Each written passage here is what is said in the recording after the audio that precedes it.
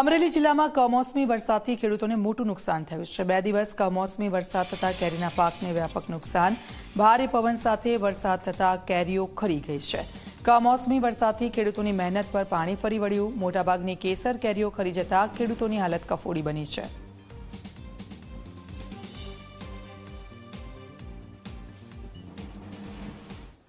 અમરેલી જિલ્લો એટલે કેસર કેરીનો ગઢ।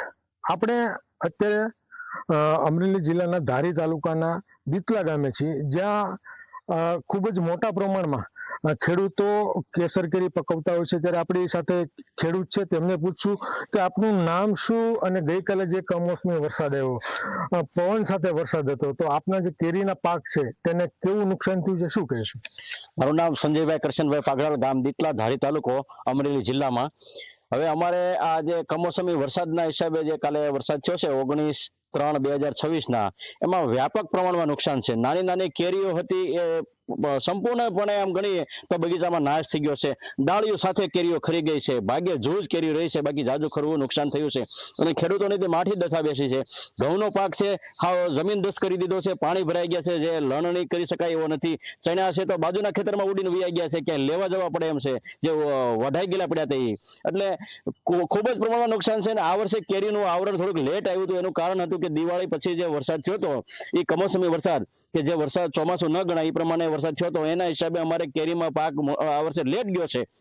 અને એ પછી જ્યારે હજી અત્યારે કેરી નહીતર મોટી હોવી જોઈએ, એની જગ્યાએ આવી ઝીણી ઝીણી કેરીઓ છે અને ત્યારે જ આ પવન અને વરસાદની સાથે કરાવ સાથે થયો છે, તો આ વરસાદમાં ખૂબ જ પ્રમાણમાં બગીચાઓમાં નુકસાન થયું છે। અને અમારી સરકાર પાસે એવી માંગણી છે કે જો ખેડૂતો સામે કંઈક જોવે તો ખેડૂત બેઠો થાય અને આ બગીચામાં બાગાયતી પાકોમાં કંઈક રસ લે, નહીતર તો ઝાડવા લોકો કાઢતા જ જાય છે। તો બાગાયતી ખેતી કઈ રીતે કરવી સરકાર સામે જોવે અને બાગાયતી પાક તેમજ રેગ્યુલર પાકમાં પણ ઘઉંમાં, ચણામાં અને ડુંગળીનો પાક જે અત્યારે લણણીનો સમય છે ત્યારે થોડુંક સામું જોવે અને કંઈક સારો એવા પ્રમાણમાં વળતર ચૂકવે તો અમે આગામી વાવેતર કે જે ચોમાસું કરવું હોય એ એમાં અમે કંઈક કરી શકીએ। કારણ કે આ અત્યારે અમારો જે પાક જે ઘરે લાવવાનો સમય હતો ત્યારે અમારો નાશ થઈ ગયો છે, તો એના માટે સરકારને અમે રજૂઆત કરીએ છીએ કે કાંઈક ખેડૂતો સામું જોવે।